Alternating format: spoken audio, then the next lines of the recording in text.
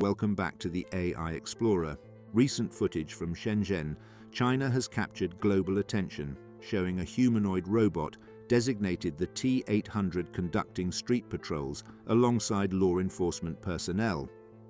This deployment represents a significant milestone in the integration of advanced robotics into public safety operations, raising important questions about the future of human-machine collaboration in policing. In a notable development, Engine AI's T-800 humanoid robot was observed operating within active police formations in Shenzhen's public spaces.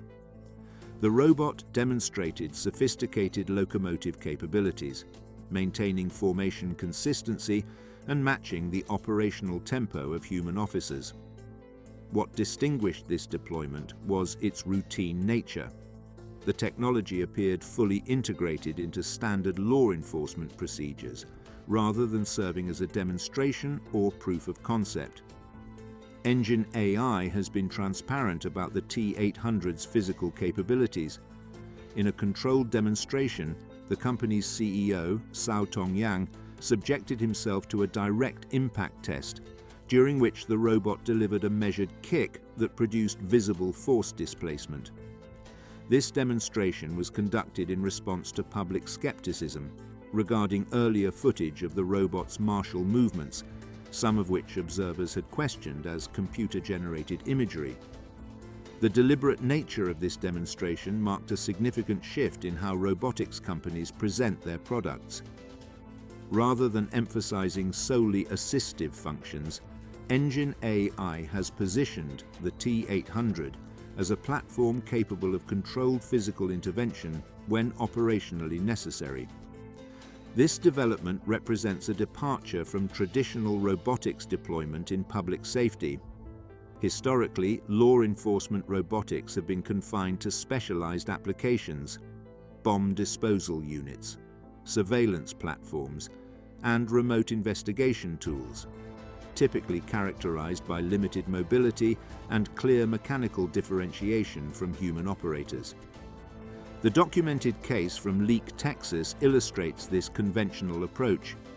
Police utilized a wheeled bomb disposal robot during a prolonged standoff, successfully deploying chemical agents and ultimately restraining an armed suspect while minimizing officer exposure to danger. Despite the robot's limited agility and obvious mechanical nature, it fundamentally altered the tactical calculus of the situation. Humanoid platforms like the T-800 introduce qualitatively different capabilities. Their anthropomorphic design enables navigation of infrastructure built for human dimensions: stairwells, narrow corridors, standard doorways, and crowded environments, while maintaining operational effectiveness. These systems can execute restraint protocols, apply calibrated force when authorized, and function effectively in scenarios where conventional robotics encounter significant limitations. Engine AI has secured substantial investment capital, raising over $180 million to support large-scale deployment initiatives. The company has announced plans for comprehensive scenario-based testing beginning in 2026, focusing on real-world operational environments with unpredictable variables and sustained public interaction. The technical questions surrounding humanoid robotics, locomotion stability, power generation, and natural movement have been largely resolved.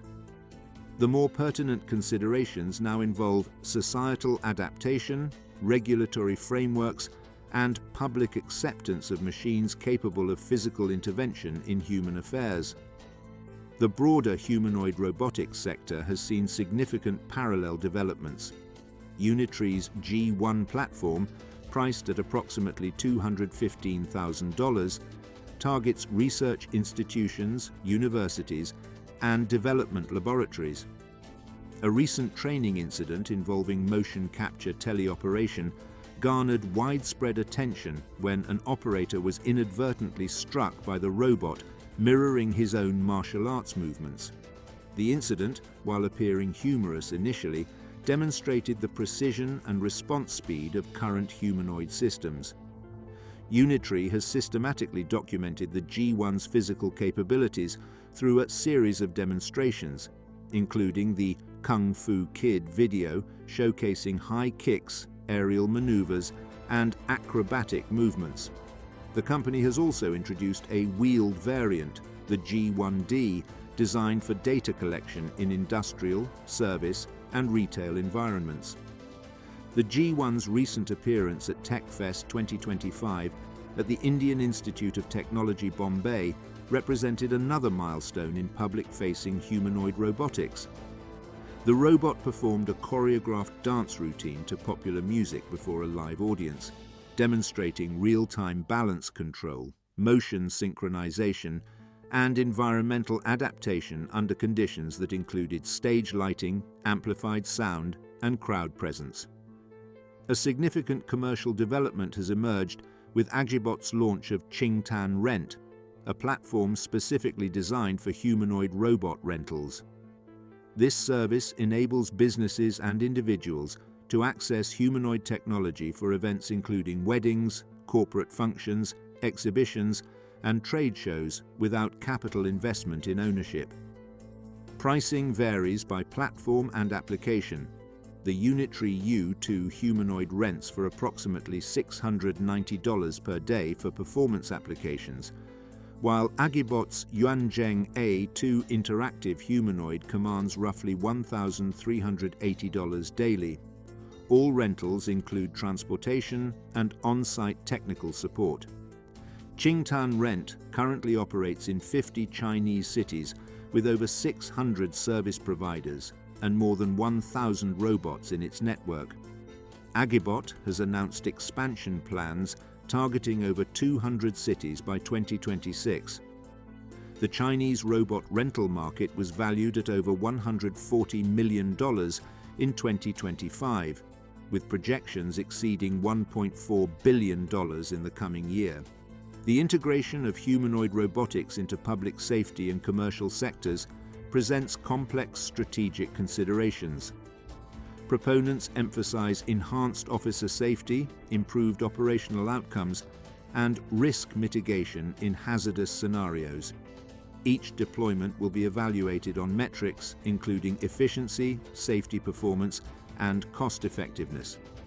However, the normalization process raises important questions about oversight, accountability, and the appropriate boundaries of autonomous or semi-autonomous systems in roles involving physical authority.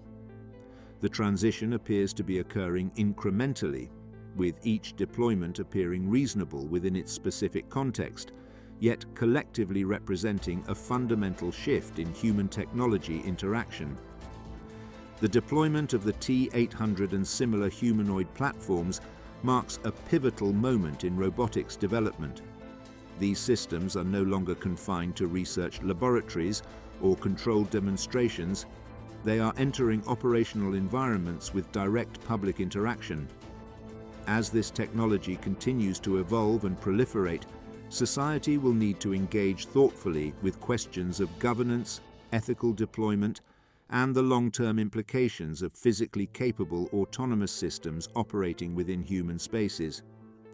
The future of humanoid robotics in public safety and commercial applications will be determined not solely by technical capabilities, but by the regulatory frameworks, ethical guidelines, and societal values that shape their deployment and use.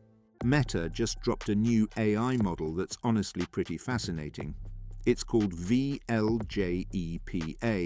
and I think it represents a genuinely different approach to how AI systems process information. Not just another incremental update. This feels like a fundamental rethinking of the whole setup. Here's what's interesting. Every major AI you've probably used, GPT, Claude, Gemini, they all work the same way under the hood. You give them an image, ask a question, and they generate text, word by word, token by token, until they've constructed an answer. That's literally how they're designed and trained. But VL-JEPA, which stands for Vision Language Joint Embedding Predictive Architecture, takes a completely different route. Instead of predicting words, it predicts meaning directly. And once you understand why that distinction matters, it becomes clear we've maybe been approaching this problem in a complicated way. Let me give you an example. Show a standard model a picture of someone flipping a light switch and ask what happens next. A person might say, the light turns off, or the room goes dark, or the lamp stops working. All correct answers that mean essentially the same thing. But to a language model, those are three entirely different responses. Different words, different token sequences, virtually no overlap. So during training, the model burns through massive computational resources, learning every possible way humans might phrase the exact same concept. It's memorizing linguistic variations when all it really needs is to grasp the underlying idea. That's the first major inefficiency. The second issue is speed. When you're generating text one token at a time, you literally can't know what the model is trying to communicate until it finishes the entire sentence. For applications like smart glasses or robotics that need real-time responses, that delay becomes a critical limitation. You're just waiting for the model to complete its thought before you can even begin to process what it means. VL-JEPA sidesteps both problems by eliminating the text generation step during most of its operation. Instead of predicting the next word, it predicts what the answer should mean, represented as a continuous vector in what's called embedding space. Think about it this way. In traditional models, the light turns off and the room goes dark are treated as vastly different because they're different symbol sequences. But in embedding space, those answers can exist right next to each other because they carry the same meaning. That's the core insight. By operating in meaning space rather than word space, you transform a messy multi-option problem into something much cleaner and more learnable. The system has four main components. First, a vision encoder processes your image or video into visual embeddings. Then the predictor, the system's brain, analyzes those visual embeddings, reads your query, and predicts what the answer embedding should look like. There's also a Y encoder, which during training converts the correct answer into an embedding, so the model has a target to aim for. Finally, there's a Y decoder, but here's what's clever. It barely gets used. It only activates when you actually need human-readable text at the end. Most of the time, the model just operates in embedding space and never touches language at all. The performance gains are substantial. They ran a controlled comparison where everything was identical. Same vision encoder, same data, same training steps. The only variable was whether the model predicted tokens or embeddings. The token-based model used about 1 billion parameters. VL-JEPA used half that. Yet, after 5 million training samples, VL-JEPA was nearly twice as effective at video captioning. It learned faster, scaled better, and continued improving where the baseline plateaued. That's not a tuning trick. That's a fundamental architectural advantage. But the real breakthrough comes during inference, especially with video. Because VL-JEPA outputs a continuous stream of meaning, it can use what's called selective decoding. Instead of generating text every single second, it monitors the embedding stream and only decodes when something semantically significant changes.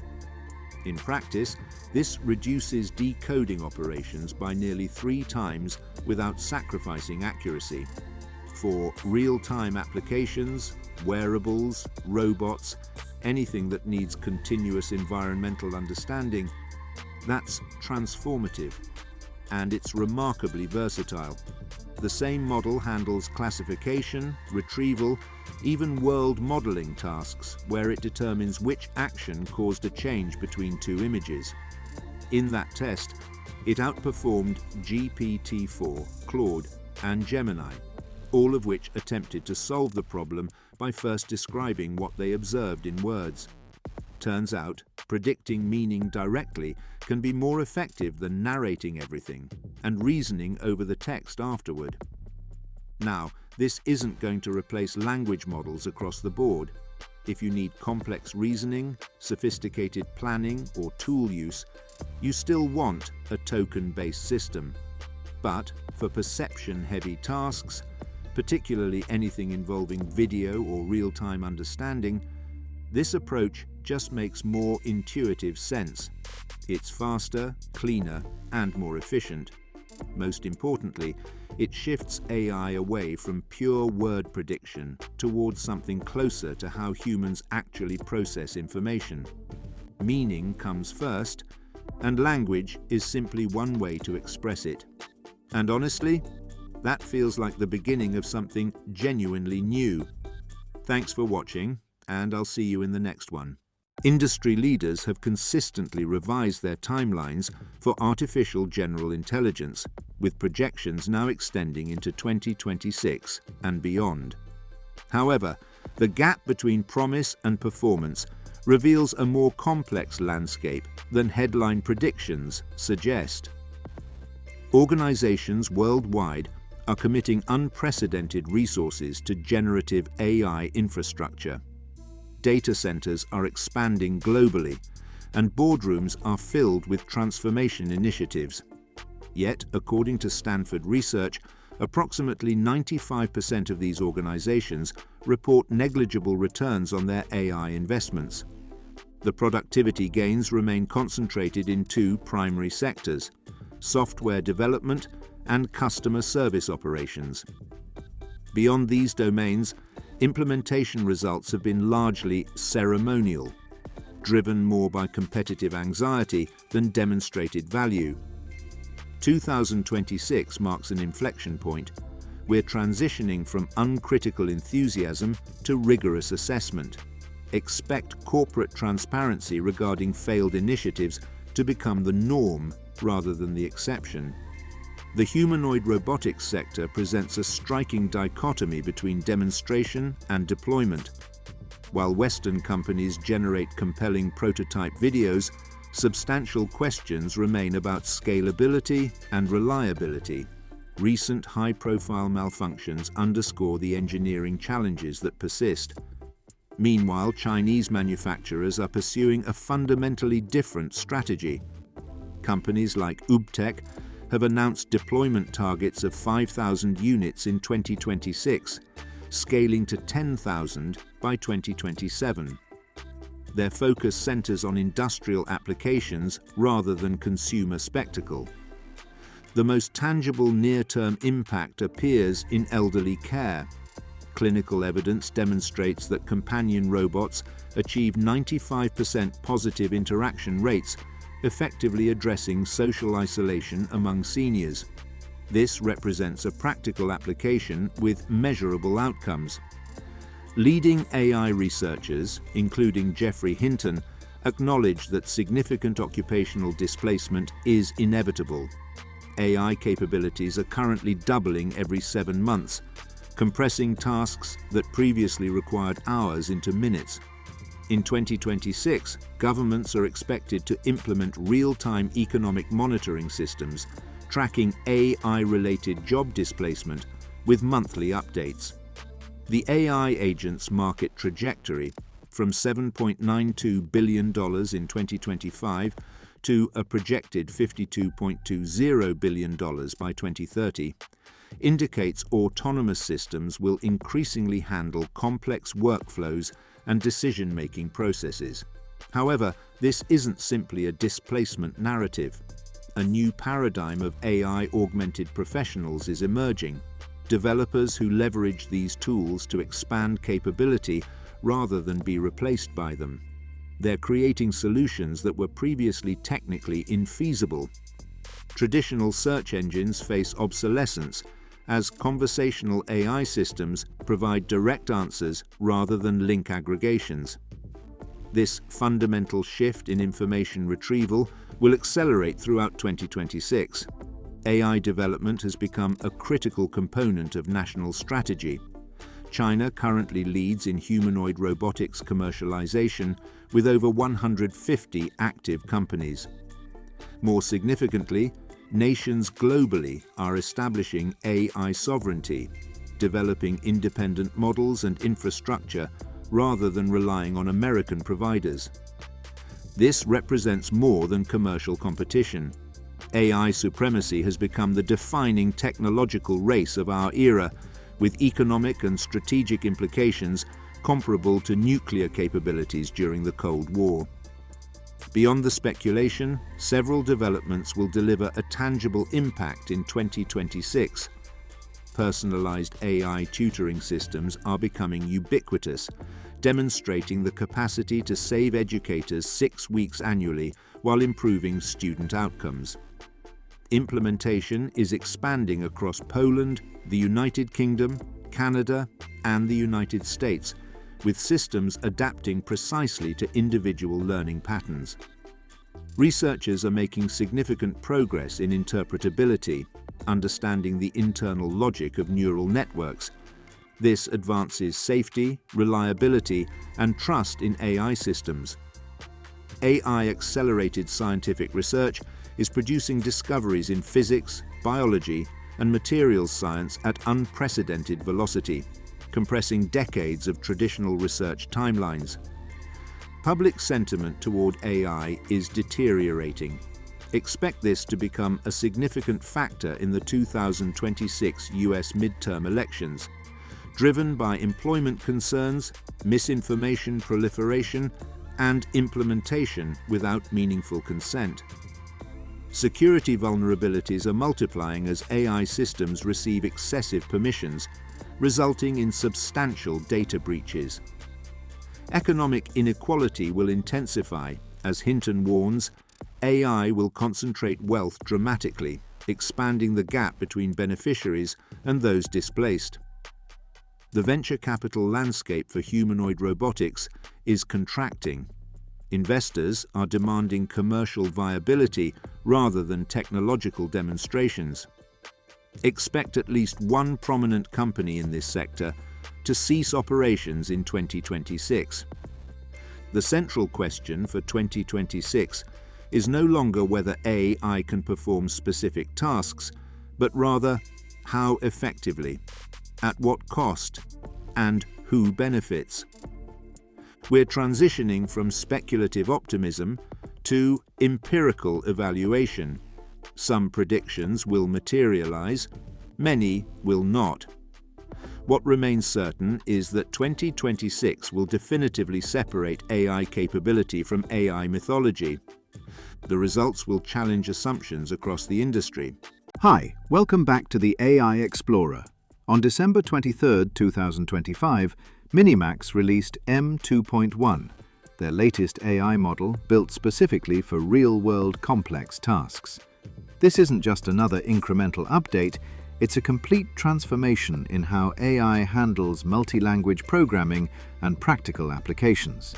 MiniMax has been transforming itself to become more AI native, driven by 3 core elements: models, agent scaffolding, and organization.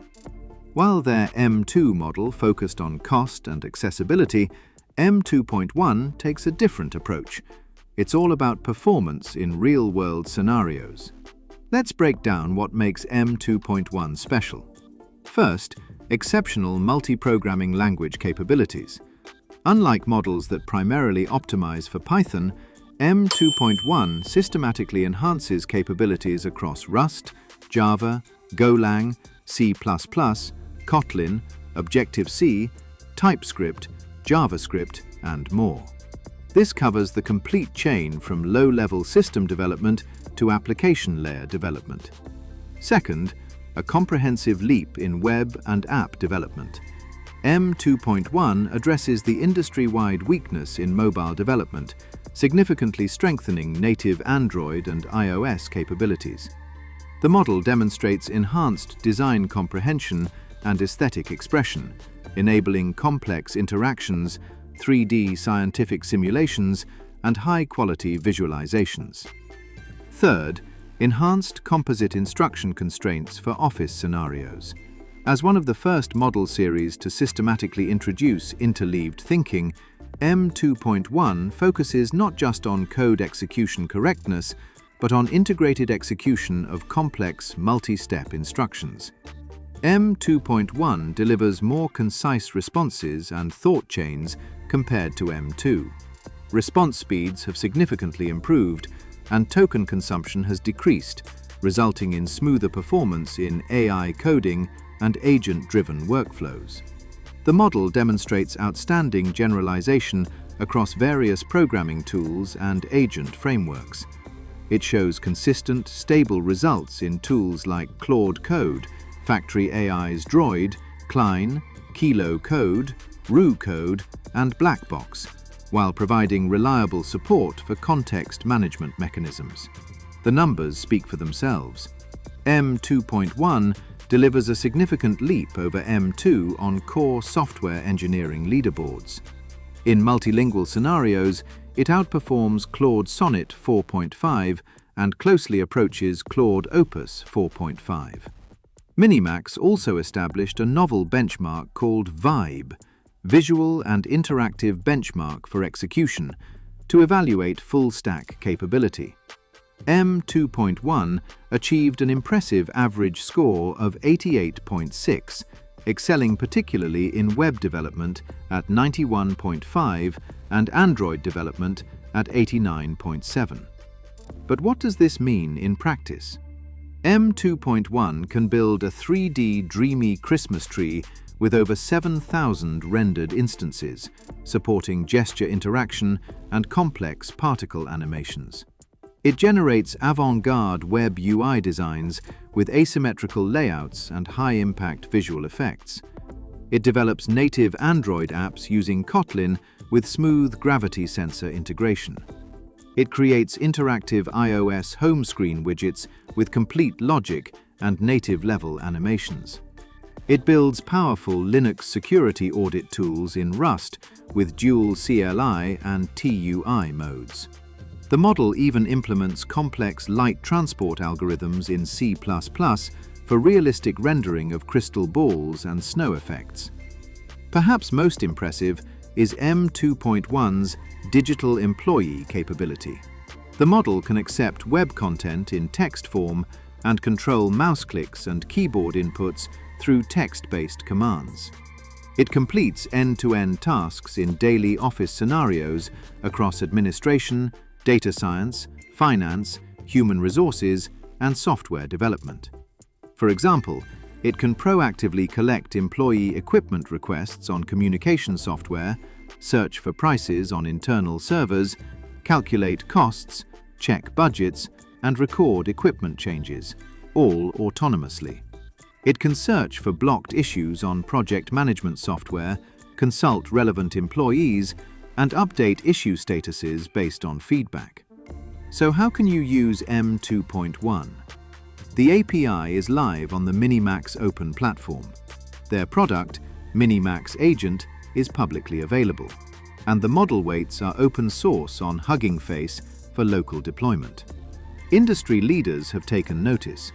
Factory AI praised it for bringing frontier performance that in some cases exceeds the frontier. Fireworks noted exceptional performance in complex instruction, following, and classification tasks. Klein called it a huge advancement in coding capability. MiniMax M2.1 represents a new standard in AI coding models, one that prioritizes real-world usability, multi-language excellence, and practical application over benchmark optimization alone. It's built for developers who need their AI to work in the real world, not just in controlled environments.